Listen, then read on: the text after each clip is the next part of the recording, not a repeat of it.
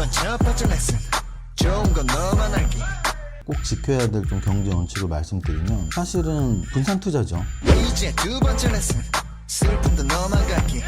10분 중에 9분은 계좌가 계속 녹아내리고 있거든요. 드디어 세 번째 레슨 일희일비하기. 역사조심가를 돌파 못하면 우리는 늘 도대체 주식을 왜 하는 거에 빠질 수밖에 없어요.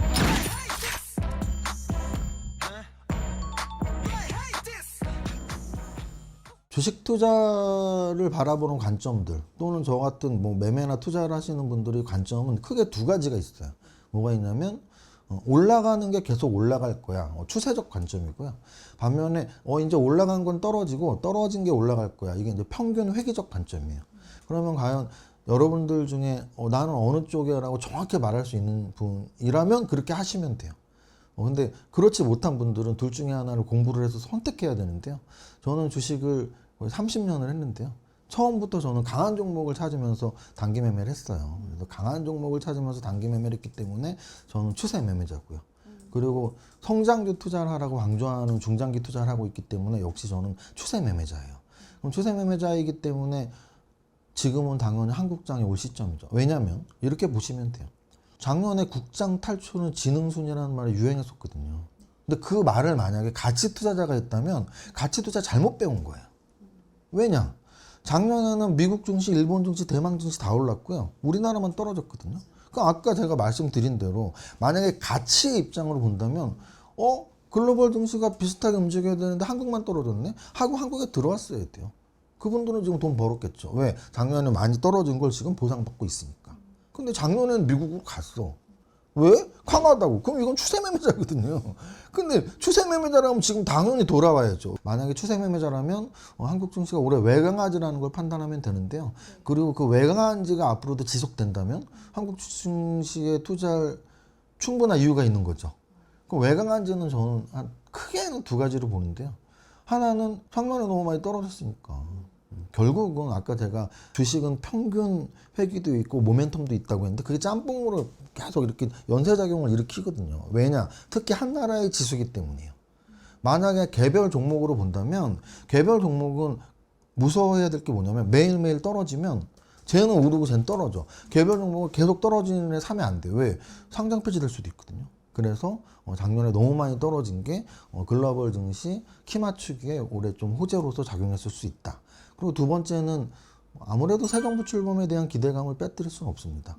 이거 뭐 정치적으로 어느 당을 지지하느냐를 완전히 떠나서 그러니까 우리나라는 5년 단임제이기 때문에 대통령의 권한이 있는 첫해, 둘째 해가 대통령의 권한이 레임덕 현상이 일어나는 넷째, 다섯째 해보다 훨씬 주식시장의 상승률이 높았어요. 그건 과거 백데이터로 여러분들이 접근해 보셔도 돼요. 우리 역대 대통령 5년 임기 중에 첫해, 둘째 해와 넷째, 다섯째 해 중에 언제가 시장이 더 좋았어 하면 무조건 첫째, 둘째 해가 훨씬 좋았거든요.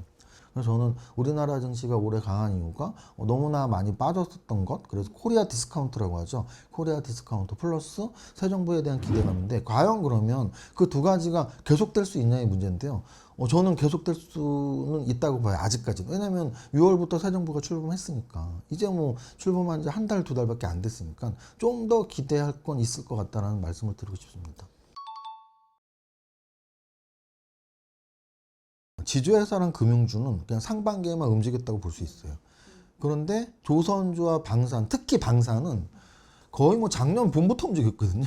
한 2년 작년 봄도 아니에요. 재작년부터 움직여서 방산은 사실은 한 하나에어로스페이스 같은 경우는 2년, 3년 동안 지금 주가가 20배, 30배 올랐어요. 그렇기 때문에 6개월에 한번 주도주가 바뀌는 건 일단 아니라는 거. 오래 갈 때는 6개월, 1년, 1년 반, 2년까지 갈 수도 있다는 거. 그래서 지금 일단 첫 번째는 지금 말씀하신 종목들 중에 업종 중에 유지가 될 수 있는 우선순위가 뭐가 있냐 해서 저는 지주회사랑 금융주는 유지가 되긴 좀 힘들 것 같아요. 왜냐하면 지주회사 금융주의 상승이 그 산업 자체의 성장 동력에 의한 상승이었으면 모르겠는데 상법 개정안 재료에 의한 상승이었기 때문에 계속 말씀드리지만 재료는 아까 제가 그 말씀 드렸잖아요. 재료는 단기, 세무제표는 장기. 그럼 그 산업이 좋고 회사가 좋아야지 장기적으로 끌고 가는 거거든요.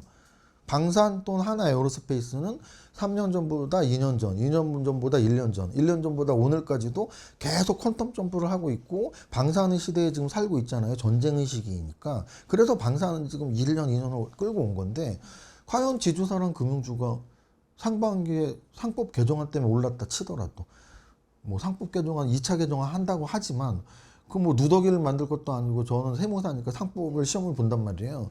상법을 이렇게 뭐 몇 달에 한 번 바꾸는 법이 절대 아니거든요. 근데 뭐 이미 한 번 바꿨는데 또 지금 또 바꾼다 그러고 또 바꾼다 그러고 그렇게 바꿀 수 있는 것도 아니고 만약에 그렇게 바꾼다 한들 그게 얼마나 호재로서의 가치를 계속 역할을 하겠냐는 문제죠. 오히려 지금 요즘 나오고 있는 얘기는 배당소득 관련 세제들 여러 세제들 때문에 지금 금융주가 오히려 악재로 바뀌고 있거든요. 그래서 지금 뭐 법안이 나온다고 무조건 좋은 건 아니란 말이죠. 안 좋게 법안이 나올 수도 있으니까. 그래서 그런 관점으로 본다면 뭐 지주사랑 금융주는 탈락인 거죠. 하반기 주도주 가능성은. 그럼 남아있는 것들은 결국 산업이잖아요. 원자력 산업, 방산 산업, 조선 산업 중에 저는 일단 1순위는 여전히 방산이죠. 왜냐하면 아직 전쟁이 끝난 곳이 없고 오히려 전쟁이 시작될 수도 있고 특히나 우리는 뭐 남북 대치 상황이 아직 여전히 있는 상태니까 그래서 결국은 방산은 좀 더 지켜볼 수 있다. 그 5개 중에는. 그리고 하나를 더 본다면 조선 같은 경우는 일단 좀 방산보단 단기적이지만 요번에 미국과의 관세 협상에서 사실 한국이 무기로 내세우는 유일한 게 조선업이거든요. 그래서 그 버프를 좀 받을 수가 있어요. 관세 협상에서 어떤 좋은 컨디션, 좋은 조건이 조선업 쪽으로 올라갈지 그 경우에는 조선업은 좀 더 지속될 수 있죠. 제약바이오 같은 경우는 시가총액이 큰 종목들 위주로 코스닥에서 시가총액이 제일 큰 종목이 알테오젠인데 알테오젠도 최근 한 달 내 신고가를 쳤고 또 뭐 리가켄바이오도 탑10 안에 있는데 최근에 신고가를 쳤고 또 뭐 비만 치료제인 펩트론도 최근 일주일 내에 신고가를 쳤고 그래서 제약바이오가 요즘에 좀 시총이 뭐 1조 이상 5조 10조짜리 애들이 최근에 신고가를 많이 치고 있기 때문에 제약바이오에서 좀 이렇게 따라오는 종목들이 있지 않을까 저는 관심 있게 보고 있고요. 업종을 본다면 아까 이제 상법 개정안도 결국은 정부 정책 아까 제가 우리 증시에 그래도 호재라는 건 새 정부에 대한 기대감이야. 그래서 그 상법 개정안 갖고도 지주회사랑 금융주가 상반기 내내 올랐어. 그러면 과연 그 다음 법안 또는 그 다음 정책이 뭐가 있느냐에서 저는 일단 굵직하게 2개는 좀 예상이 되는데 물론 아닐 수도 있지만 결국은 예측이니까 하나는 디지털 화폐 관련이고 하나는 대북 관련 재료들이겠죠. 그래서 디지털 화폐 관련은 결국은 크게 한 2-3개가 있는데요. 가장 큰 건 원화 베이스 스테이블 코인이에요. 원화 베이스. 그래서 달러 베이스 스테이블 코인이 미국에서 워낙 지금 활성화되고 있고 법안도 만들어졌고 심지어 아마존 같은 상거래 회사에서도 야 우리도 스테이블 코인 만들 거야. 뭐 이런 재료들이 계속 나오는 것처럼 우리나라도 아마 원화 베이스 스테이블 코인이 법제화가 된다면 네카오는 당연하고 네이버 페이, 카카오 페이가 있으니까 네이버, 카카오뱅크, 카카오페이까지 왜냐면 네이버 페이는 따로 상장이 안 돼 있으니까 네이버, 카카오페이, 카카오뱅크 같은 대형주뿐 아니라 또 뭐 중소형주들도 테마를 형성한 적이 있으니까 스테이블 코인 관련주들 또는 디지털 화폐 관련주들 디지털 화폐는 뭐 BCDC라고 하도 글로벌적으로 이제 지폐를 왜 갖고 다녀 디지털에 해버리면 되는데 뭐 이런 내용들 어찌 보면은 과연 디지털 법안이 어떻게 될지 좀 지켜봐야 될 것 같고요. 또 하나는 법이 아닌 이제 정부의 대북 이런 스탠스 같은 거죠.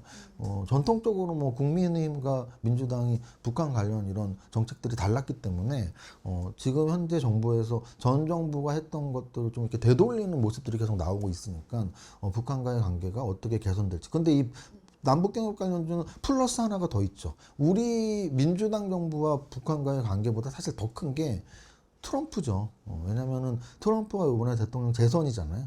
그러면 올해가 이제 대통령 첫 임기니까 정확히 8년 전. 왜냐하면 4년 동안은 바이든이었으니까. 그러면 트럼프가 그 4년 전에 4년을 했는데 첫 임기가 8년 전이겠죠. 8년 전 대통령 되고서 거의 6개월 1년 됐을 때쯤 트럼프가 김정은을 만나기 시작하죠. 2번이나 만났습니다. 그때 남북 경협 테마가 거의 6개월 이상 갔거든요. 그래서 그런 과거의 기억들. 우리 주식 투자하는 분들한테는 그런 학습 효과가 굉장히 무섭습니다. 그래서 저는 정부 정책으로는 원화베이스 스테이블 코인을 중심으로 하는 디지털 화폐 관련주 플러스 남북 경협주 정도 보고 실적 같은 거로 본다면 아까 말씀드렸던 실적은 아니지만 재료가치 차트로 본다면 재무제표. 만약에 실적으로 본다면 저는 저런 쪽도 봐요. 실적으로 본다면 수출을 많이 하는 업종들. 왜냐하면 삼양식품이라는 회사의 상징성이 너무 커졌거든요. 주식이라는 건 내가 안 갖고 있는 종목이 저까지 왜 올라라고 막 무시하는 게 아니고 주식에 성공하려면 내가 안 갖고 있는데 텐베거가 난 종목을 정확히 분석을 해서 비슷한 종목을 찾는 사람들이 정말 성공하는 거거든요. 왜냐하면 텐베거 난 걸 내가 못 갖고 있었지만 다음번 텐베거는 갖고 있어야 될 거 아니에요.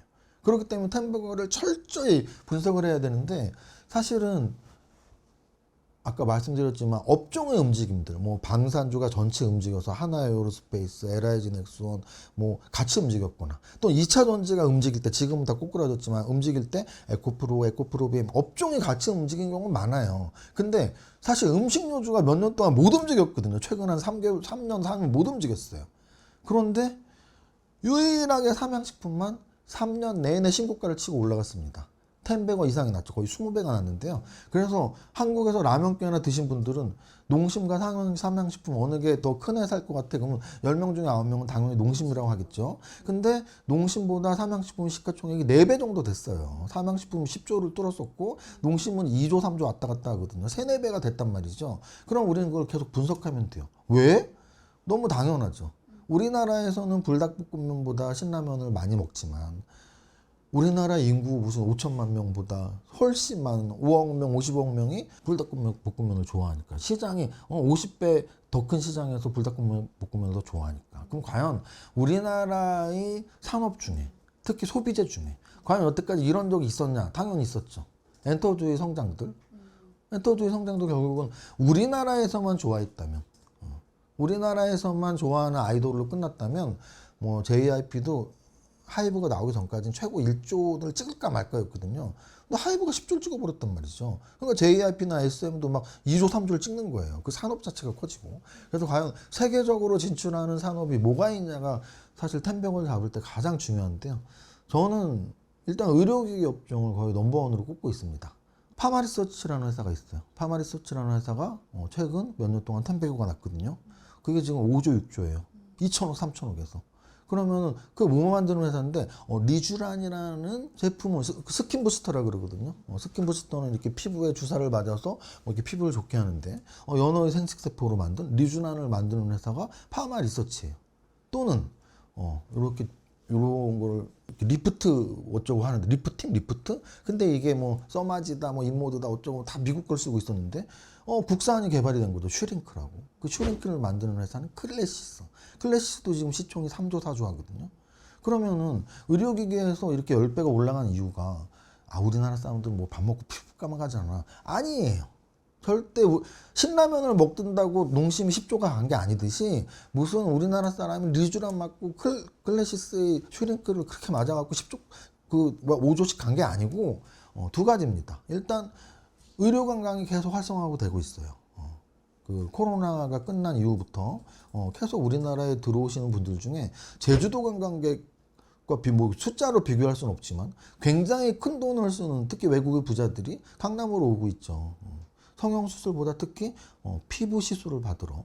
우리나라의 피부 시술이 세계적인 수준이라는 거고요. 요거는 똑같은 논리로 화장품 얘기를 들 수가 있어요. 화장품도 마찬가지입니다. 왜냐하면 우리의 어머니 세대 때, 뭐 우리의 이모 세대 때는 야 이거 아모레 화장품은 아모레야 뭐 이러면서 썼단 말이죠. 야 LG 걸 써야지 LG 거. 그래서 우리나라에서 가장 시가총액이 컸던 화장품 관련주는 LG 생활건강하고 아모레 퍼시픽이었단 말이죠. 근데 이제는 그렇지 않아요. 우리 부모님은 모르지만 젊은 분들은 이미 다 알고 있는 APR이라는 회사에서 만든 뭐 홈뷰티 기기라고 하죠. 거기서 만든 걸로 난 피부과 안 가고 집에서 할 거야. 그러면서 뭐 아까 말했던 스킨 부스터나 이런 리프팅 홈뷰티 기기로서 뭐 30만 원, 40만 원짜리 하는 걸 집에서 쓰고 있는 거죠. 근데 중요한 거 아까 말씀드렸지만 외국에서 먹혀야 돼. 먹혔어요. 그래서 미국의 아마존에서 APR에서 만드는 또는 VT에서 만드는 니들샷이라고 있어요.